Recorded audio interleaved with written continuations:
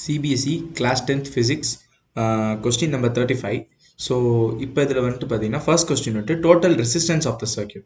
So first நம்ம இதை கணக்கு எடுத்துப்போம். இங்கே வந்துட்டு ஒரு 4 ஆம்பியர் இருக்குது, அப்புறம் இங்கே வந்துட்டு ஒரு 1 ஆம்பியர் இருக்குது. இது ரெண்டும் சீரீஸில் கனெக்ட் ஆகிருக்கு. ஏன்னா plus minus plus minus. So அப்போ இது சீரீஸில் கனெக்ட் ஆகிருக்கு. ஸோ அப்போ இந்த மொத்த இடத்தோட ரெசிஸ்டன்ஸ் வந்துட்டு பார்த்தீங்கன்னா 5 ஓம். ஓகேவா?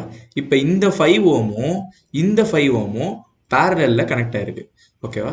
ஸோ சீரீஸ் இப்போ ரெசிஸ்டன்ஸ் வந்துட்டு பேரலில் கனெக்ட் ஆகிருக்கு அப்படின்னா அதோட ஃபார்முலா வந்துட்டு R1R2 divided by R1 plus R2, அதாவது 25 டிவைடட் பை 10.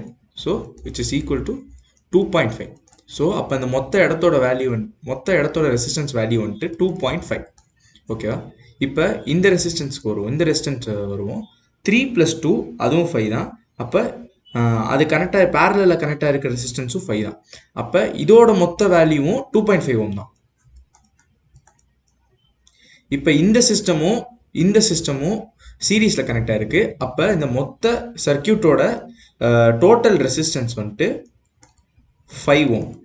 2.5 + 2.5 5 ஓம் இந்த மொத்த சர்க்கியூட்டோட resistance. The electric current drawn from the battery. Electric current drawn from the பேட்டரிக்கு ஃபார்முலா வந்துட்டு V is equal to IR. Voltage வந்துட்டு 10, ரெசிஸ்டன்ஸ் வந்துட்டு நம்ம 5ன்னு கண்டுபிடிச்சிருக்கோம். அப்போ I is equal to 2 ampere. ஓகேவா? இப்போ potential difference between point P and Q. So நம்ம கரண்ட் கண்டுபிடிச்சிட்டோம் 2 ஆம்பியர் அப்படின்னு. இந்த இடத்தோட ரெசிஸ்டன்ஸ் மட்டும் 2.5. ஸோ இப்போ நம்ம அதே V is equal to IR வந்துட்டு யூஸ் பண்ண போகிறோம். V is equal to 2.5 into 2.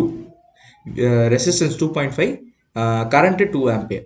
So அப்போ மொத்தமாக அங்கே potential difference between the points P and Q வந்துட்டு 5 வோல்ட்.